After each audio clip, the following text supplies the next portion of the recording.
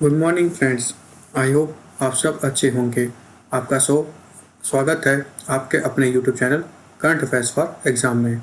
चलिए आज दिनांक 24/12/2024 की प्रश्नावली शुरू करते हैं।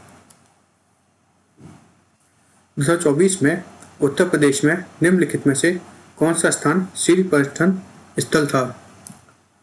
अयोध्या, आगरा, मथुरा, प्रयागराज। इसका सही जवाब है अयोध्या। 2024 में अयोध्या उत्तर प्रदेश का शीर्ष पर्यटन है, जिसने आगरा के ताजमहल को पीछे छोड़ा है। जनवरी से सितंबर 2024 के बीच अयोध्या में 135.5 मिलियन घरेलू पर्यटक और 3,153 अंतर्राष्ट्रीय आगंतुक आए। राम मंदिर का उद्घाटन पर्यटन में वृद्धि का एक प्रमुख कारक था। चलिए अगले प्रश्न पर आते हैं।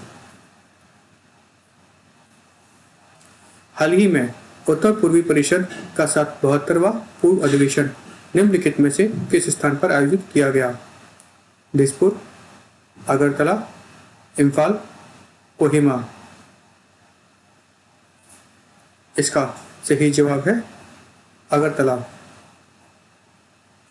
पूर्वोत्तर परिषद का 72वां पूर्व अधिवेशन हाल ही में अगरतला में आयोजित किया गया।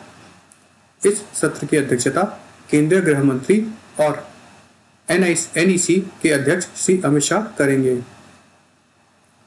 चलिए अगले प्रश्न पर आते हैं। राष्ट्रीय उपभोक्ता दिवस प्रतिवर्ष कब मनाया जाता है? 30 दिसंबर, 22 दिसंबर, 23 दिसंबर, 24 दिसंबर। इसका सही जवाब है 24 दिसंबर। राष्ट्रीय उपभोक्ता दिवस प्रतिवर्ष 24 दिसंबर को मनाया जाता है। राष्ट्रीय उपभोक्ता दिवस 1986 के उपभोक्ता संरक्षण अधिनियम के याद में मनाया जाता है। इस अधिनियम की स्थापना उपभोक्ताओं को शोषण और अनुचित व्यवहार प्रथाओं से बचाने के लिए की गई थी। राष्ट्रीय उपभोक्ता दिवस 2024 का थीम है virtual hearings and digital access to consumer justice. चलिए अगले प्रश्न पर आते हैं।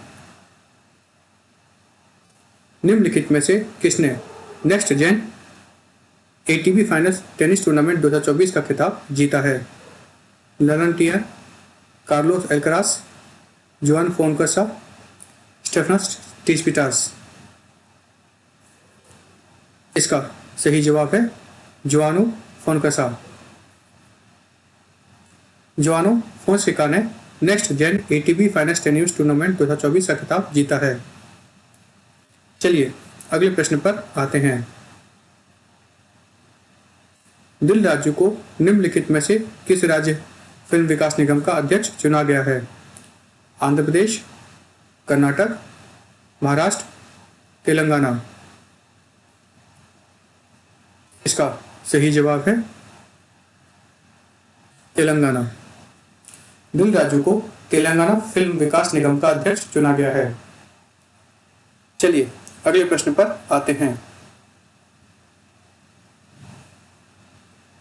निम्नलिखित में से किसने हाल ही में सुशासन प्रथाओं पर राष्ट्रीय कार्यशाला का उद्घाटन किया है? श्री नरेंद्र मोदी, श्री जितेंद्र सिंह, श्री अमित शाह, श्री राजनाथ सिंह। इसका सही जवाब है श्री जितेंद्र सिंह। श्री जितेंद्र सिंह ने हाल ही में सुशासन प्रथाओं पर राष्ट्रीय कार्यशाला का उद्घाटन किया है। चलिए अगले प्रश्न पर आते हैं। निम्नलिखित में से किसे इंडियन ऑयल लिमिटेड का CFO नियुक्त किया गया है? श्रीकांत वैद्य, दिलीप लालूंग, अभिजीत मजूमदार, राम सिंह। इसका सही जवाब है अभिजीत मजूमदार। अभिजीत मजूमदार को इंडियन ऑयल लिमिटेड का CFO नियुक्त किया गया है। चलिए अगले प्रश्न पर आते हैं। निम्नलिखित में से किस व्यक्ति की कुल संपत्ति रिकॉर्ड $500 बिलियन तक पहुंच गई? Elon Musk, Warren Buffett, Jeff Bezos, Bill Gates.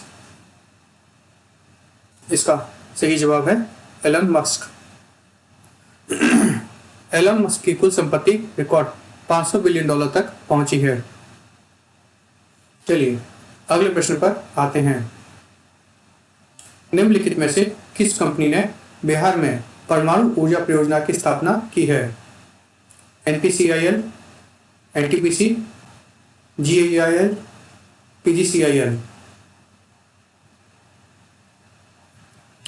इसका सही जवाब है NTPC।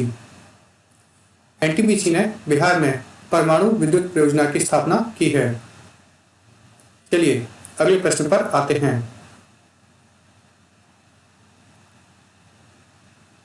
निम्नलिखित में से किस देश का फार्मास्यूटिकल उद्योग मात्रा के हिसाब से दुनिया में तीसरा सबसे बड़ा है?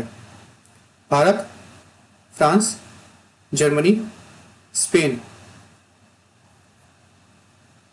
इसका सही जवाब है भारत। भारत का दवा उद्योग मात्रा के हिसाब से दुनिया में तीसरा सबसे बड़ा उद्योग है। भारत लगभग 200 देशों और क्षेत्रों को निर्यात करता है, जिनमें प्रमुख गंतव्य अमेरिका, बेल्जियम, दक्षिण अफ्रीका, ब्रिटेन और ब्राजील है। चलिए अगले प्रश्न पर आते हैं। निम्नलिखित में से कौन सा देश 2025 में विश्व मुक्केबाजी कप फाइनल और कांग्रेस की मेजबानी करेगा? Bharat, Germany, Spain, Italy.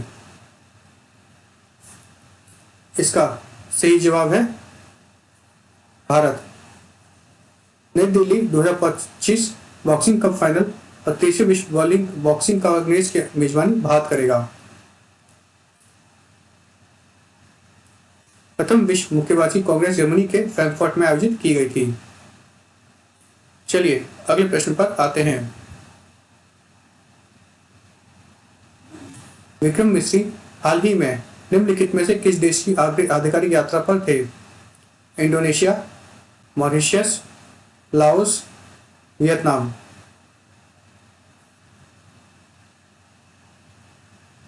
इसका सही जवाब है मॉरिशस। विक्रम मिश्री हाल ही में मॉरिशस की आधिकारिक यात्रा पर थे। चलिए अगले प्रश्न पर आते हैं। निम्नलिखित में से किस देश ने 13 वर्षों के बाद सीरिया में अपना दूतावास आधिकारिक तौर पर फिर से खोल दिया है? फ्रांस, कतर, अमेरिका, रूस। इसका सही जवाब है कतर। कतर ने 13 साल के बाद सीरिया में अपना दूतावास फिर से खोला है। फ्रेंड्स, आज का सेशन यही समाप्त होता है। आपको हमारा सेशन कैसा लगा कमेंट करके बताइएगा तथा लाइक एवं सब्सक्राइब अवश्य कीजिएगा। धन्यवाद।